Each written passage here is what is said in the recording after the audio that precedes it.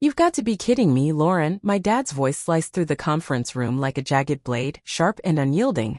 I straightened in my chair, forcing my hands to stay steady as I met his piercing gaze across the polished table. With all due respect, Dad, I said, my tone calm but firm.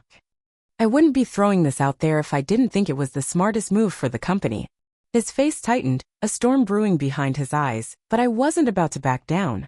This was my shot, and I'd be damned if I let it slip away. My name's Lauren Caldwell, and I was 28 when this whole thing went down. I worked at my dad's oil and gas empire, Caldwell Energy, a towering force in Houston's cutthroat corporate scene. Growing up, I knew this company was more than a business. It was our family's heartbeat. My dad, Richard Caldwell, had built it from scratch, brick by gritty brick, and it was his pride, his legacy. But while my older brother, Jake, was the golden child, handpicked to take the reins, I was stuck in the shadows.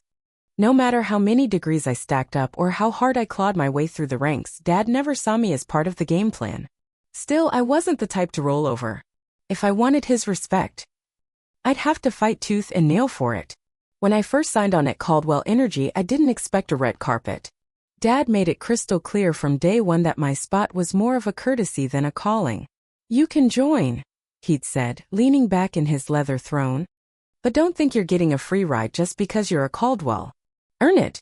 I was 22 then, fresh out of college with a shiny business administration degree and a hunger to prove myself. I didn't mind starting at the bottom. I wanted to. I figured if I busted my ass, I could show him I wasn't just coasting on the family name. Those first months I soaked up everything. The grimy guts of the refineries, the high-stakes chess matches in the boardroom. But no matter how deep I dug, Jake's shadow loomed large. He didn't climb the ladder like me. He was airlifted straight to the top, handed a senior exec gig right out of grad school with zero real experience. While I was grinding through reports and trailing mid-level managers, he was sipping coffee in board meetings, calling shots that shaped the company's future. The whispers about his incompetence didn't faze him. He was Dad's chosen one, and that was his armor. I burned the midnight oil most nights, poring over financials and industry trends, determined to know more than anyone else in the room. The deeper I got, the more I saw the cracks in Caldwell Energy's foundation. The oil game was shifting, sustainability was creeping in. Innovation was king, and we were stuck in the past, leaning on creaky rigs and old-school tactics. I raised it in a team meeting once, pitching a push into renewable energy research. Renewables? Jake snorted, slumping back with a smirk. This is oil and gas, Lauren. You don't just stick a wind turbine on a derrick and call it progress. The room snickered and heat rushed to my face. But I didn't flinch. I'm not saying we ditch oil, I shot back, voice steady. But the market's moving. If we don't adapt, we're toast. We need to think long-term. Dad stayed quiet, his face a blank slate. After the meeting, he didn't say a word, until an email pinged my inbox that night. Compile a detailed report on renewable trends. It wasn't a parade, but it was a crack in the wall. I grabbed it like a lifeline.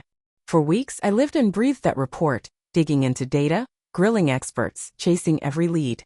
When I slid it across Dad's desk, my hands trembled just a bit. He flipped through it, brow furrowed, and finally muttered, "This is solid.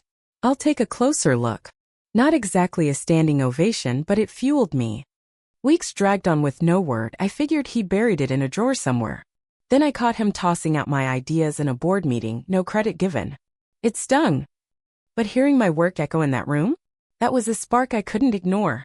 Over the next 6 years, I worked like my life depended on it, and maybe it did.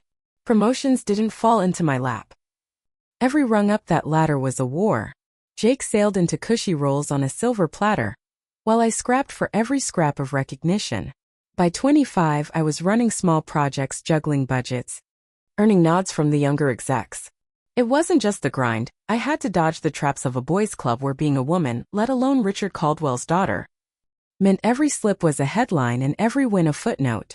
But I let my results do the talking. By 28, I clawed my way to a senior role in operations, overseeing key projects. It wasn't the C-suite, but I could smell it from there. Jake, meanwhile, coasted, his flashy calls chasing short-term wins while the company's cracks widened. Dad either didn't notice or didn't care. Until the day everything flipped. That's where this story kicks off, the moment I stood up in that conference room, staring down my dad and lighting a match that had burned through everything. The air was thick as I laid out my plan: modernize the refineries, dip into renewables, secure the future. Dad sat at the head, arms crossed, unreadable. Jake, though? He erupted. This is insane. He barked, slamming the table. You really think Lauren's pipe dream beats my strategy? I didn't blink. It's not a contest, Jake, I said coolly. It's about what's smart financially. Strategically. We're on borrowed time if we don't move now. Dad leaned in, his stare like a blade. You think you've got it all figured out, Lauren? Smarter than me. My pulse spiked. But I thought of the years I'd poured in, the late nights, the breakthroughs. I wasn't that green 22-year-old anymore. Yes, I said, locking eyes with him. In this case, I do. The room went dead silent. Dad's jaw clenched as he leaned back. We're done here, he snapped. Everyone out. Jake smirked as he brushed past me. Good luck, sis, he sneered. I balled my fists under the table but kept my poker face. Once the door shut, it was just me and Dad. He glared, the silence suffocating. Do you know what you're asking for? He growled. You think it's cute challenging me in front of my team? I didn't waver. Dad, in here, I'm not your kid, I'm an exec. This isn't about egos. It's about Caldwell energy. His eyes narrowed. You think this is ego? I built this from nothing, and I won't let your need to prove something tear it down. I took a breath. I'm not tearing anything down.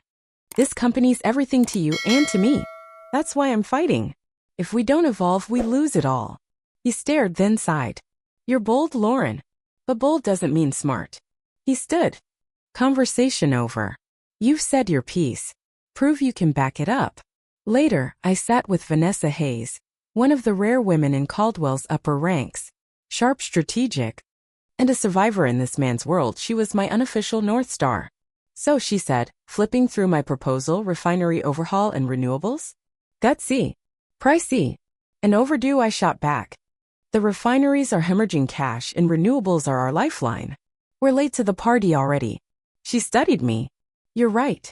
This is what we need. But Lauren, this place isn't made for us. You've got the brains and the drive, but they'll steamroll you if you flinch. I know, I said. But if I don't push, who will?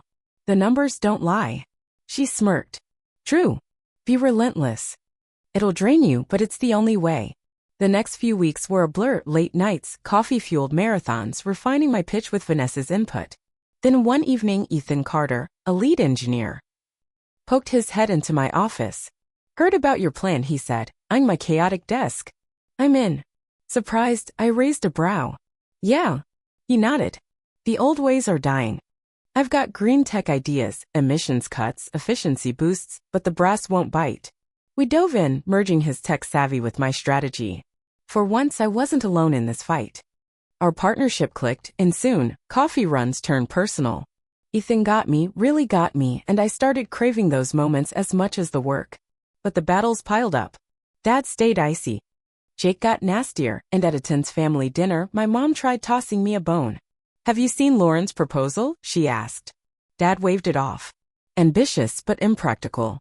We've got a system. I bristled. Dad, that system won't hold forever. Jake grinned. Here she goes again, thinking she's the savior. I ignored him. I'm just saying we need options. Dad shut it down. Not now. Lauren. Later, I vented to Vanessa. It's like screaming into a void. Change is brutal, she said. But you're not just fighting for them, it's for everyone tied to this company. She was right. This was bigger than me. So I went big, pitched to the board with Ethan and Vanessa in my corner. The data was airtight, the vision clear. A board member broke the silence. Impressive. We'll think it over. Dad glowered, but Jake fumed. Afterward, Dad cornered me. You're pushing limits. Maybe it's time someone did, I said. I'm here to build, not break. He paused.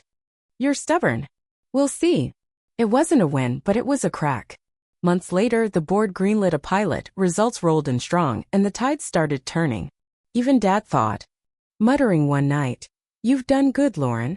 The board's impressed. Progress finally. A year on, everything shifted. The full plan launched, Caldwell energy soared, and Jake faded into a ceremonial role. Dad called me in one night.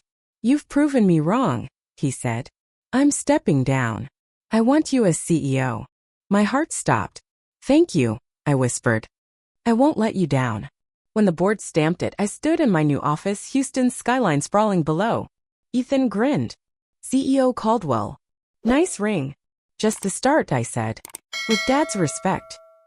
Ethan's partnership and a company reborn, I was ready to lead, no looking back.